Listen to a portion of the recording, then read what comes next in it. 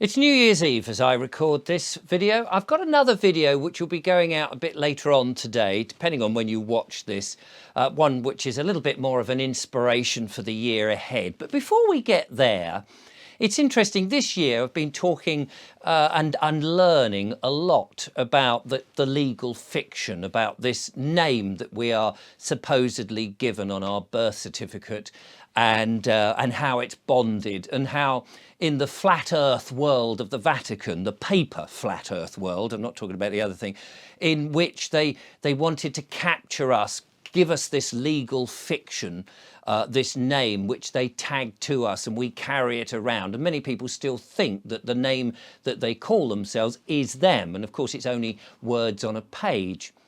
And the other day I made an application online, and I just filled in the form for my birth certificate, because I noticed, I was looking through my papers and I thought, I've let my passport elapse, and I'm going to need another one, and I need identification for this, that and the other, you know how it is. And I thought, I can't find my birth certificate. So I made an application, it's very easy to do. Just go online, fill in a form and say, you know, this is me, such as you, well, whether it's you or not, but you know, you fill it in, and then forgot all about it, paid the money, forgot all about it. And then suddenly I got this letter yesterday, popped in the post, arrived in the thing, and there were a few interesting elements to the birth certificate, which I have here. Now, I'm not going to show you my birth certificate because clearly that is private, and it's to do with me. But I can tell you some interesting things. And if you've got your own birth certificate, depending on when you were born, it will come in different shapes, I understand. I don't know too much about it. I only know about my own. But I was talking to a friend of mine, and he pointed out something fascinating, and I had to go and have a look on mine. But the first thing I noticed, which was very interesting, is the letter with the birth certificate, or rather, as it is called here, a certified copy of an entry of birth. So we call it a birth certificate, but it's actually a certified copy of an entry of birth. It comes with this little piece of paper that came with it, which is it's called here application for a birth certificate. So this is an application for a birth certificate, but what they actually send you is a certified copy of an entry of birth. Anyway, this is folded in half. It's in the envelope, which is a windowed envelope, a brown envelope. And the first thing I noticed was, obviously, it's addressed to my name. Now, anything that you get official, we've gone through this so many times, your name is in capitalization. The name on this was my forename and my surname, all in lowercase. That, in and of itself, is extremely rare. Not even a capital first letter on the first name, the forename, or Christian name, as you might want to refer it to it, and not a capital letter on my surname. And I thought, that's very interesting. I forgot that it was would contain my birth certificate, you see. So cautiously, I opened this thing, because clearly it was addressed to me, but to me with my forename and surname in lowercase. I just thought that was interesting. Was that a mistake, or was that something relevant? The pink form is really a checklist. It's just a list of things: certificate type, customer, account number, reference, number of certificates required, submitted date, and it just goes on and on and on. It asks for your customer. And then when it says customer, again, it has my name all in lowercase. Now, I don't know whether I put my name in lowercase when I submitted the application for the birth certificate. Maybe I did. And maybe it's just copied and pasted that. And maybe this is significant of nothing. But it's so rare to see your name in an official document in all lowercase, which generally means they're talking to the human person, the living man, I should say, rather than the legal fiction. So I thought that was quite interesting. Anyway, so that was that was interesting. So anyway, it goes on about it gives the date of birth, place of birth, and it's just a checklist.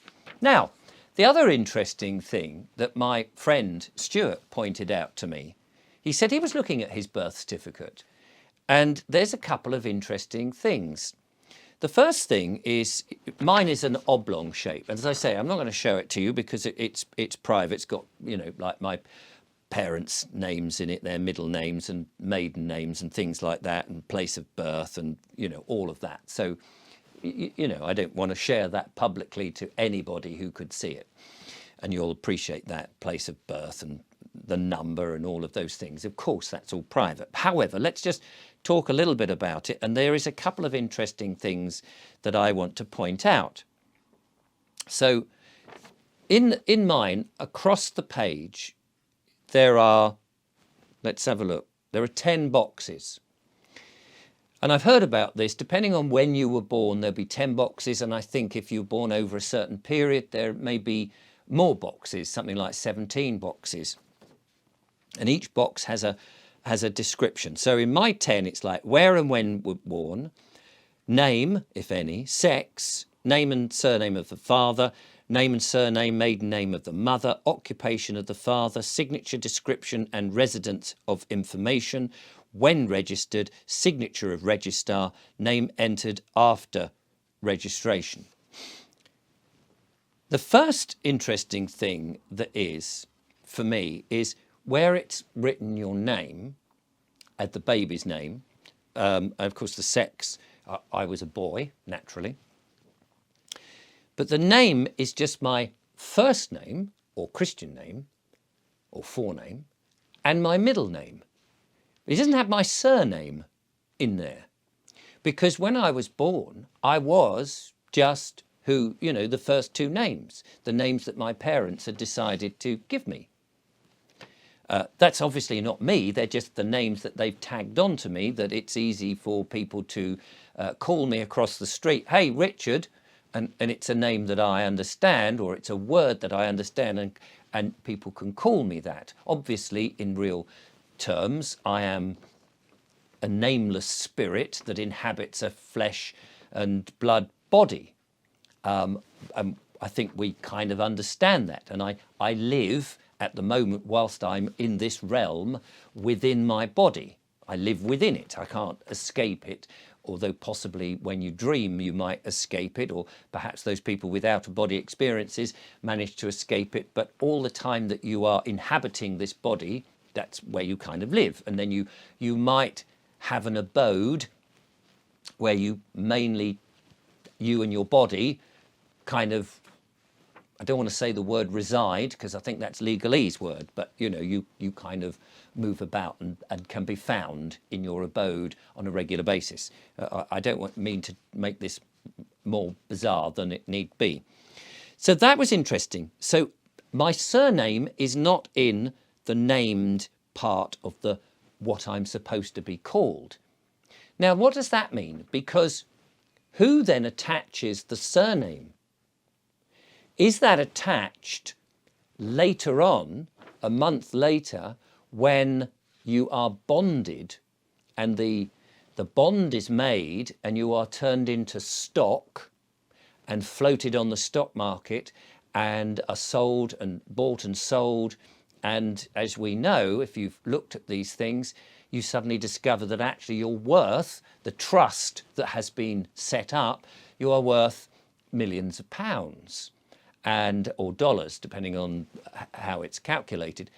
And that's very interesting. But on my certified copy of entry of birth, it's just as me being named, if you like, is just those two names, the first two names, not the surname, not the name. Now, we know that when you're born, the midwife, because they don't know what the name is going to be necessarily, the midwife uses your surname on a particular document that goes to the government somewhere in one of these departments, the Department of Birth, Marriages and Death, presumably, and it will just have your surname on there, but your individual name, your forename and middle name, has not yet been registered, because that has to be registered later, which is about a month later. This is the information I understand. Now, correct me if I'm wrong, by all means. But on this document, there is no surname attached to me, which I find curious, as did my friend Stuart. The other thing I find very interesting is here, as a certified copy of an entry of birth, there is the box 2, again, it says name, if any. Why would it say if any?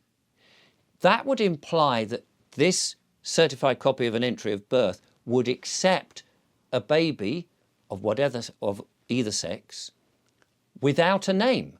Because why would you say name, if any?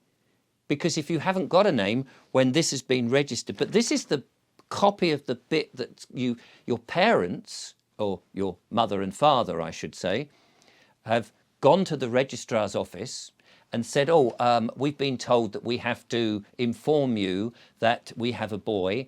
And they'll say, well, okay, fair enough. And they'll go through the thing and they'll say, well, what is his name? Well, why does it say name, if any? That to me is a bit confusing. Would they then just put the surname in that box? Would they be allowed to leave that blank? Why does it say name, if any? Is it the case that a mother and father could simply say, we've decided not to give the baby a name? And is that possible? Is it possible that you could say, we haven't named the child, we don't want a name for him, we'll just use various terms to call him, but we don't want an official name? Do we have to have an official name? This is a fascinating little anomaly, I think, possibly. Now, maybe there's some clever people out there who know the answer. I would be absolutely fascinated to know the answers to those questions. So why is the surname not on this attached to me? And why does it say name, if any? Curious. And why was this written to me with my name in lowercase? Some little anomalies there. I've got another video coming out a little bit later on today, an inspirational video for the year ahead, as I say. But in the meantime, if anyone knows the answers to these weird questions, and maybe you could look at your own birth certificate if you've got it, and scratch your head and tell me if it's different to that. Maybe it's just an anomaly on my one and my friend Stuart's one. Or maybe that is something that is important. Or maybe it's absolutely nothing at all.